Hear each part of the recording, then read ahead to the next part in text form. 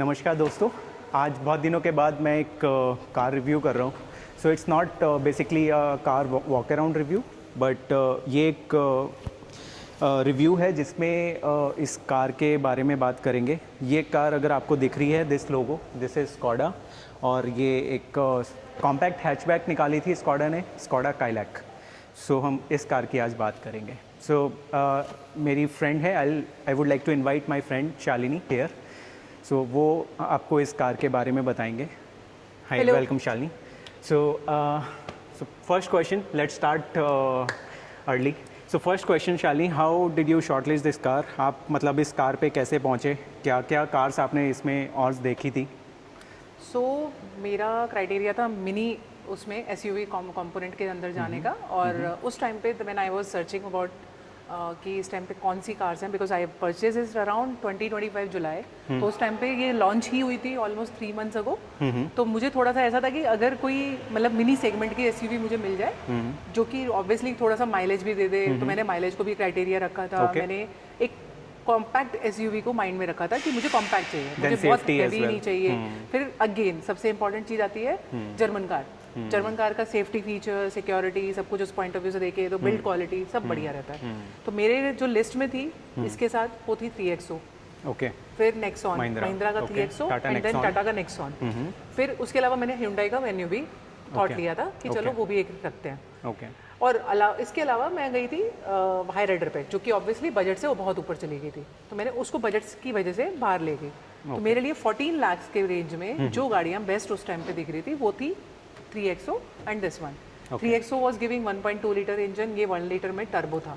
But जब मैंने drive comfort देखा और ड्राइविंग का पावर देखा, पावर सेम ही है, तो बेस्ट था। मुझे अनडाउटेडली लगा कि वो 1.2 is giving me edge into the market, कि मैं कहूँगी अरे भाई धुरंधर गाड़ी हाथ में आई है, वो नहीं था। तो बेस्ट क्या था कि भाई स्कोडा रिलायबल होगा, जर्मन कार है, तो भाई आंख बंद करके ले लो, because I was a polo owner. मैंने वॉक्सवैगन का पोलो चलाया हुआ है। तो मेरे लिए तो ऐसा था कि मुझे जर्मन इंक्लिनेशन शुरू से था, तो आई थॉट कि आंख बंद करके जर्मन ही लेना चाहिए। मार्केट में इससे अच्छी सिक्योरिटी रेटिंग कोई नहीं दे रहा, तो बेस्ट है यही जाता है। Good good good. तो अभी कितनी पुरानी हो गई है कार? कितना टाइम हो गया? जुलाई 2025 and today August again 1 year 1 month भी नहीं हुआ है अभी तो कंप्लीट 1 ईयर हो गया है। और कितनी आपने ड्राइव कर ली है इस कार को? 18,000 चल चुकी है ये कार। 18,000 अप्रॉक्स 1 ईयर में। ओके, अच्छी खासी मतलब एवरेज रनिंग है। बिल्कुल बिल्कुल। ओके। और मोस्टली वैसे ऑफिस रनिंग है, बट हाँ ओके, मोस्टली ऑफिस ट्रैवल भी करती हूँ मैं, तो ये मतलब मैंने जितना इसको पहाड़ों पे चलाया तो मजा आता है इसको चलाने। अच्छा, ओके। तो ये तो कोई मतलब कंपैरिजन की बात ही नहीं है कि ये गाड़ी में है पावर। ओके, सेम लाइक मेरी स्लाविया है, वो भी 1 लीटर इंजन है, बट आई गेस वो सेम ही इंजन है दोनों में, और पावर आउटपुट भी सेम होगा 120 PS। बिल्कुल। Okay, good. एंड बाकी आपने मतलब अब मैंने ये सुना है कि आप इसको निकाल रहे हो 1 साल में। बिल्कुल। सो क्या ऐसा आपको 1 साल में आपने क्या फेस किया कि यू डिसाइडेड कि अब आपको ये निकालनी पड़ेगी? तो पहला रीज़न और जो फॉरमोस्ट रीज़न है वो है इस कार का E20 कंपैटिबल होते हुए भी ना होना। ओके। तो अप्रैल में E20 का सबको पता है कि इंट्रोडक्शन हुआ, सबको फोर्स किया गया कि E20 पेट्रोल यूज़ करो। ठीक है। आपके पास चॉइस ही नहीं था कि आप E20 के अलावा नॉर्मल पेट्रोल यूज़ कर सकते हैं। नॉर्मल कर सकते हैं, but again it's like 170 you can not afford. And before that मैं इसमें एक नॉर्मल जो हर इंडियन कार में एक नॉर्मल फ्यूल, जो कि आई थिंक उस टाइम पे 92 या 94 टाइप्स था, यही रेट था, यही रेट का फ्यूल डलवा रही थी। क्योंकि जब मैंने गाड़ी ली थी तो मुझे किसी ने ये नहीं बोला था कि ये कार में स्टार्टिंग से ही पावर पेट्रोल ही चाहिए। मुझे नहीं बोला, तो मैंने भी नहीं डलवाया। और मेरे हिसाब से मुझे नहीं लगता कि मैंने जब पोलो चला ली तो मेरे लिए तो ये car is on the similar ground. Right. तो मैंने इस कार को उस पर्पस से ही लिया और मैंने चलाया। तो मैंने इसके अलावा मतलब बिफोर दिस अप्रैल वाला एपिसोड जब ये हुआ, एथेनॉल ब्लेंडिंग शुरू हुआ, मेरे को इससे पहले कभी इशू लगे ही नहीं इस कार में। मेरे लिए तो ये कार ऐसा हो गया था कि मैं इसको कंटिन्यू करूंगी टिल ये एक्सपायरी डेट पे ना पहुंचे। बट क्या ऐसे अगर मैं स्पेसिफिकली बात करूं, ऐसे कोई मेरे को 1-2 एग्जांपल्स बता सकते हैं आप? क्या इश्यूज आपने फेस किए? कोई ऐसी ट्रिप पे फेस हुआ या फिर क्या हुआ था? तो मैं गई थी अपनी मदर के साथ। My mother is also like aged हैं, तो मैं उनके साथ अपना बर्थडे सेलिब्रेट करने के लिए अप्रैल में ये गाड़ी लेके टुवर्ड्स भीमताल गई थी। ओके, दिल्ली से आपने भीमताल ट्रैवल किया? And I stopped for 2 times. Like first मैंने पेट्रोल का स्टॉप लिया। मैं ये चीज़ क्यों बता रही हूँ उसका रीज़न मैं थोड़ा सा बताऊंगी अभी कि वाई एम एडिंग, कि मैंने स्टॉप्स लिए थे।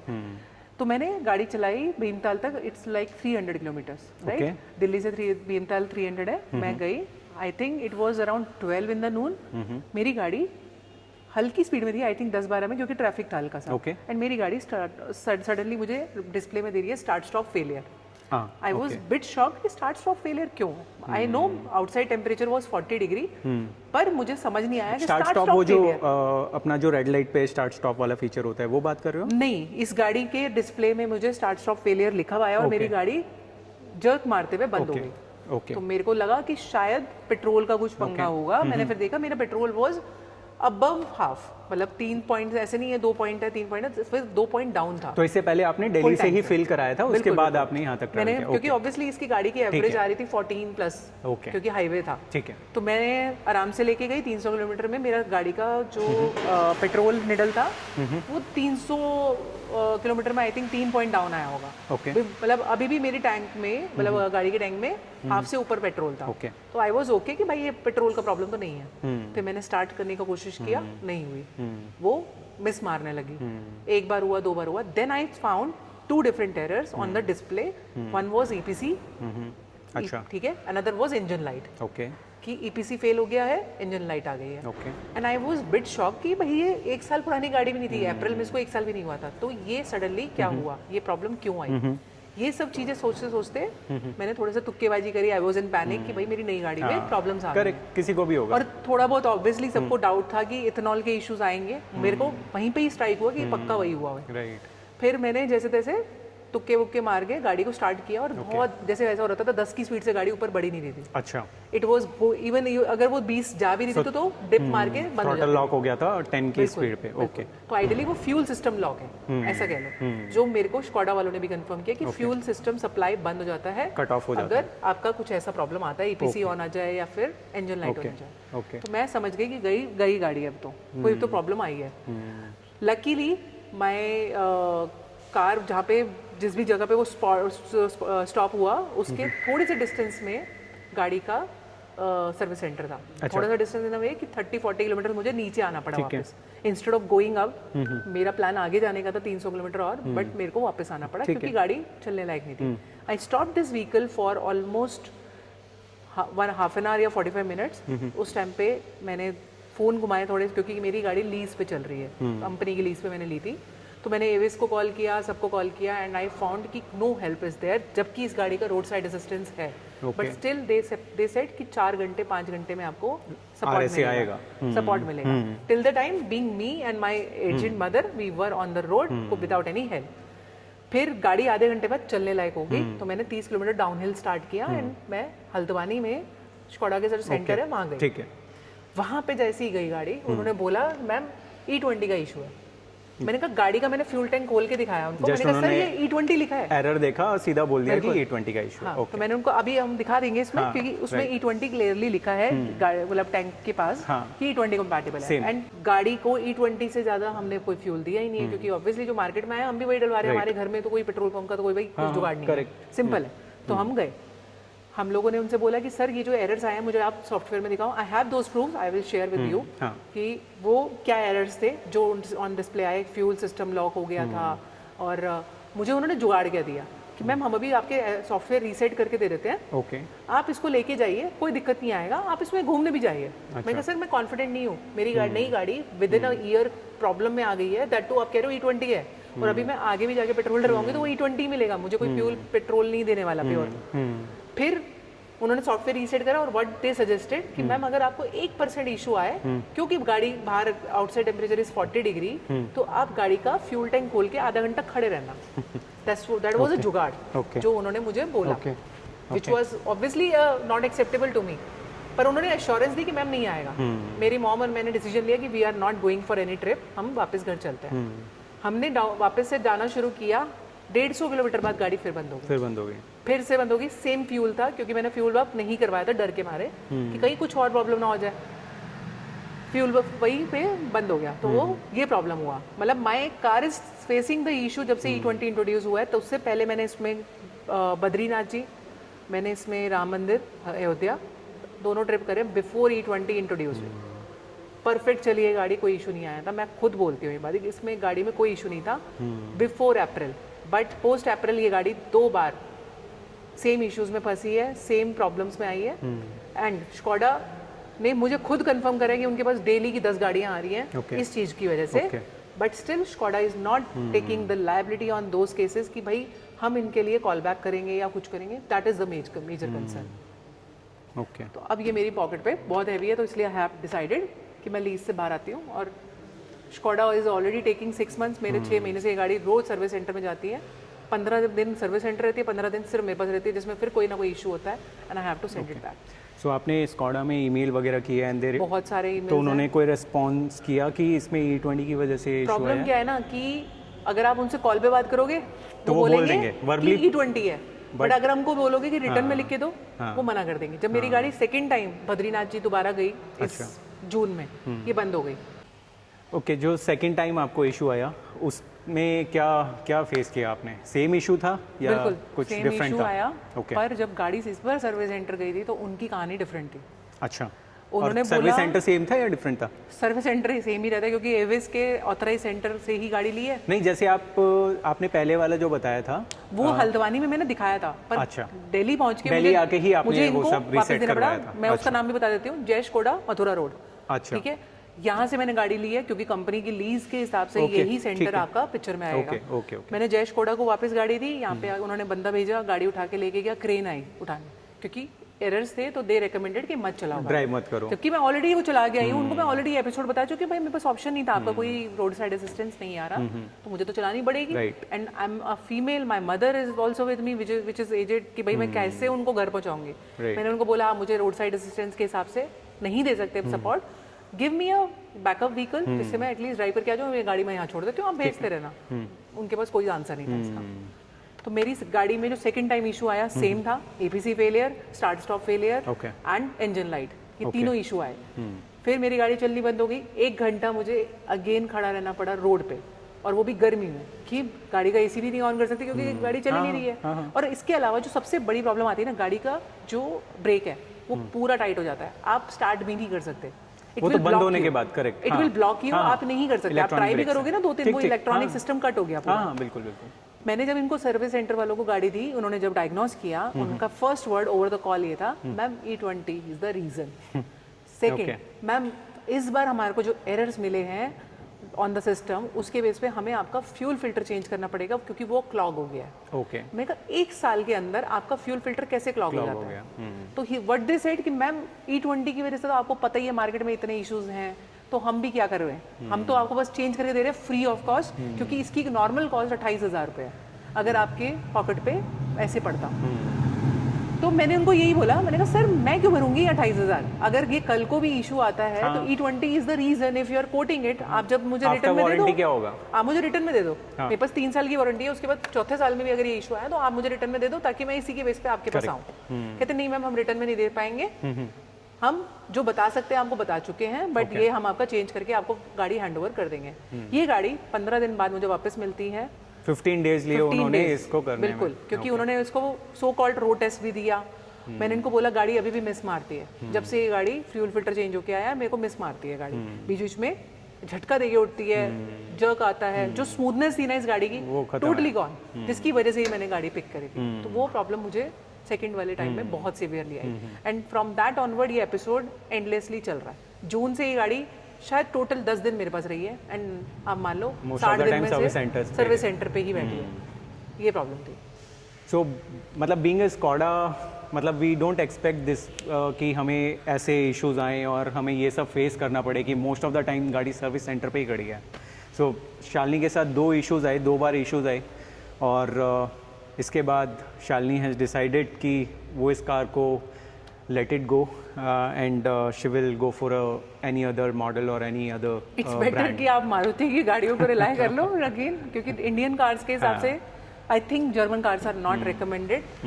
मैं मना नहीं करती हूँ, Manish you are already saying कि आपके पास भी सेम स्कोडा है, पर वन ऑफ द वेरिएंट है ये। I will never recommend anybody कि काइलेक जैसी गाड़ी को आप कंसीडर करो, कंसीडरिंग जो E20 के इश्यूज हैं, क्योंकि स्कोडा खुद इस चीज़ को मानता है कि काइलेक में ये इश्यूज आ रहे हैं। डेली की 10 गाड़ियां उनके गैरेज में खड़ी हैं बिकॉज ऑफ द रीजन की EPC fail, engine light, start stop failure, and the reason is ethanol.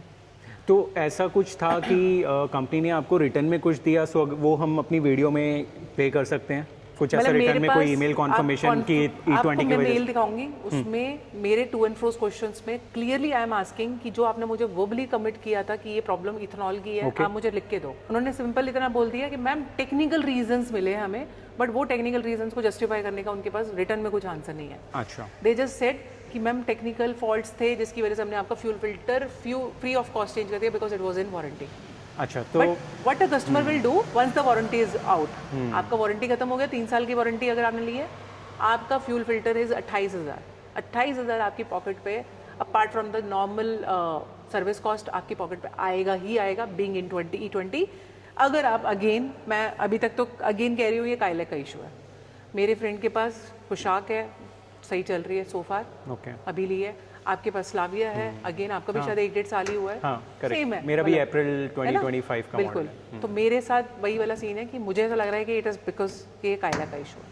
Kylaq का इशू है या फिर हो सकता है ये पर्टिकुलर मॉडल का भी इशू हो सकता है, और ब्रॉडर वे में काइलैक का भी शायद टर्बो के साथ E20 हैंड इन हैंड नहीं, मेरा भी टर्बो ही है, मेरा भी 1 लीटर टर्बो ही है, सेम इंजन होगा, हाँ। बट हो सकता है कुछ और इश्यूज हो इस अभी particular रिसेंटली car जो प्रॉब्लम इसमें एक और है, अब मतलब हम आपको दिखाएंगे अभी इसमें, आप मैं दिखाती हूँ गाड़ी में बिठा के, जो माइलेज है, में। ओके, आप सरप्राइज हो जाओगे कि क्या माइलेज है। और इन्होंने मुझे माइलेज अच्छी साइड दिखने के लिए, बिकॉज बीइंग मी मैंने इतना ज़्यादा रिसर्च नहीं किया, इसका माइलेज अब पहले वही MP पर लीटर आता था, अब MPG आ रहा है, जो कि ऑब्वियसली UK का यूनिट है आई थिंक, ओके, है ना। तो आप अगर देखोगे ना तो कितनी माइलेज दे रही है ये गाड़ी, यू विल बी शॉक्ड कि क्या आपने गाड़ी में इतना पैसा इसलिए लगाया था कि आपको सिर्फ 2.5 किलोमीटर की माइलेज मिले, 2.5 kilometre per litre. I am just putting all my money, all my hard earn money कि मैं इस गाड़ी को सिर्फ और सिर्फ घिस रही हूँ, और अभी जब मुझे इस गाड़ी से बाहर आना पड़ेगा तो I will be paying 3.5 lakhs extra, जो कि मेरी पॉकेट से जा रहा है। कंपनी इस पे कुछ मेरे को मतलब बेनिफिट नहीं दे रही है कि भाई वो इतने 6 महीने में जो मुझे इश्यूज आए हैं उसको थोड़ा सा मेरे लिए बेटर करे, कॉम्पेंसेट करे, कुछ नहीं। बाकी इसकी EMI मैं ऑलरेडी हर महीने भेज रही थी, 13 महीने की EMI इसकी जा चुकी है, 14th मंथ में हूँ मैं, तो वो पैसा जीरो है अगेन, ओके। क्योंकि आई will not be having this. AC में तो मुझे लगता है कभी कभी मेरी स्लाविया में क्या होता है, जैसे अगर मैं उसको थोड़ा धूप में खड़ा कर दूँ ना, और उसके बाद अगर मैं सडनली मैं चाहूँ कि मेरे को ड्राइव पे निकलना है एकदम से धूप के बाद, तो बहुत टाइम लेगा AC ठंडा होने में। हाँ, मैंने भी एक्सपीरियंस किया, तो ये तो मैंने 4 feel किया। घंटे मेरी गाड़ी लो टेम्परेचर पे भी कूल नहीं हो पाई। ओके, तो कोई अगर इसको ये कोट करे कि स्कॉडा की बिल्ड क्वालिटी का रीजन है, तो आई डोंट बाय इट।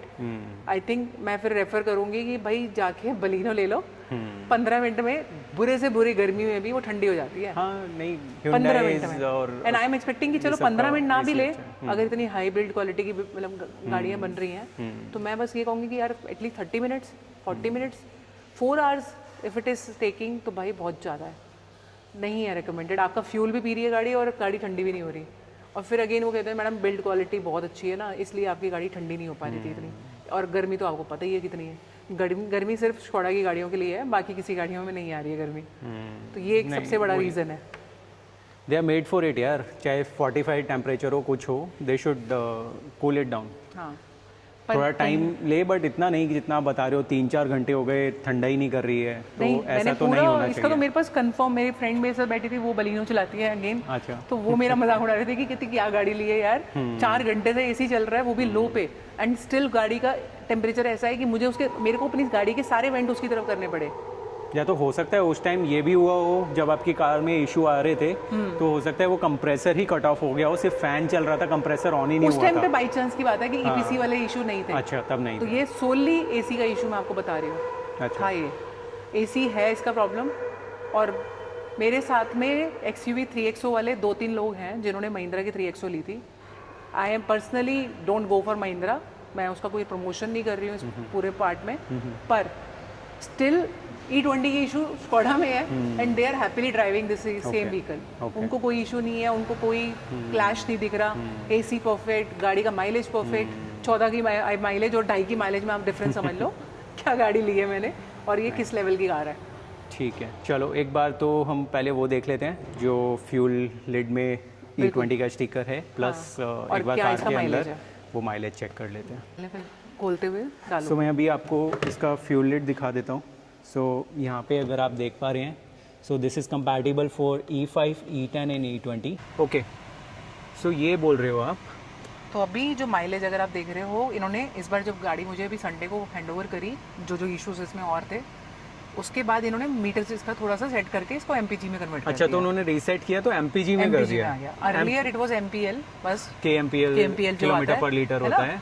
तो अब वो वाली एवरेज मुझे, मैं सुबह से यही देख रही हूँ, कभी ये 40 दिखाने लग जाता था चलते चलते, मतलब इतनी अच्छी एवरेज। और मेरी गाड़ी का तेल ऐसे जा रहा है जैसे हर रोज मैं इसमें 1100 रुपए का पेट्रोल डलवा रही हूँ, जो कि गाड़ी कितनी चल रही है, 60 किलोमीटर भी नहीं चल रही डेली। ओह माय गॉड, क्या 60 किलोमीटर के लिए मैं 1100 रुपीज़ का फ्यूल डलवा रही हूँ, 11 लीटर ऑफ। नहीं, ये हट सकता है, ये मैं आपको बता देता हूँ। ये हम यहाँ सेटिंग्स में जाके ना चेंज कर सकते हैं। ये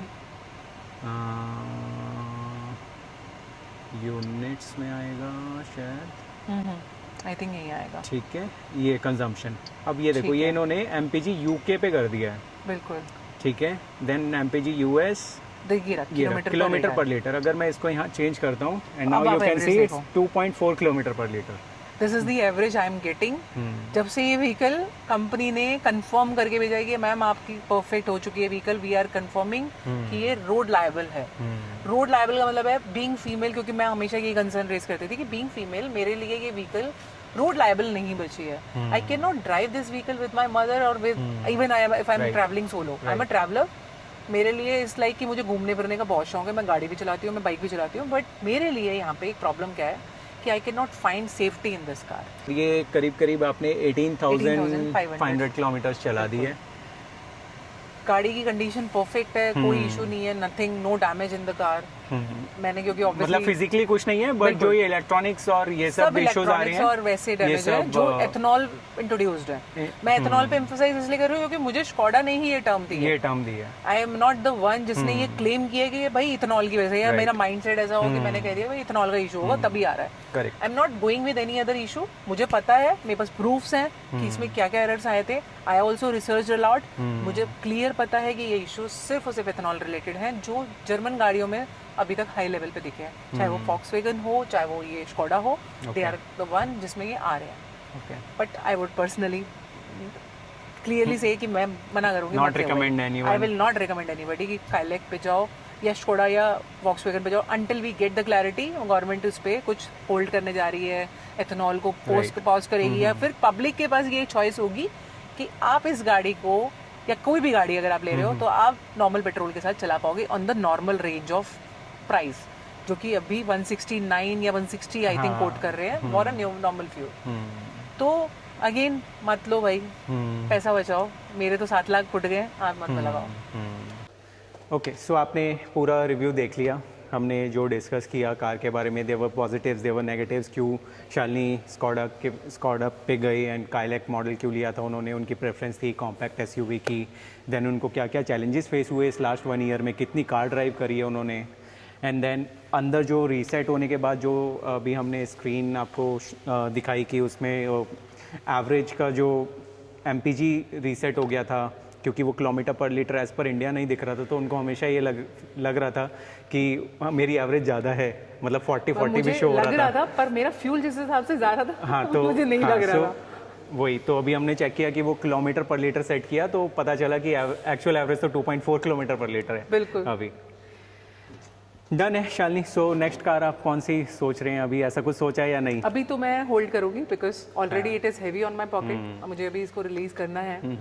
तो मोस्ट प्रोबेबली मैं थॉट तो यही ले रही हूँ कि बेटर है गो फॉर मारुति और something. If go for, I will personally suggest, मेरे फ्रेंड अजय हैं, वो भी क्या बोलते हैं, वो हाइब्रिड कार लेते हैं मेजरली। सो हाइब्रिड मीन्स स्ट्रॉन्ग हाइब्रिड, तो आप उस पे जाओ, उसमें एवरेज भी अच्छी आएगी, प्लस उसमें जो कॉम्बिनेशन है बैटरी प्लस पेट्रोल का, so it will give you better average. Is not something जो मैं बाय कर सकती हूँ। मेरे पास थोड़ा सा एरिया मेरा ऐसा है जहाँ मैं रहती हूँ, जहाँ पे EV कार्स को चार्ज करने का मेरे पास इजी ऑप्शन नहीं है।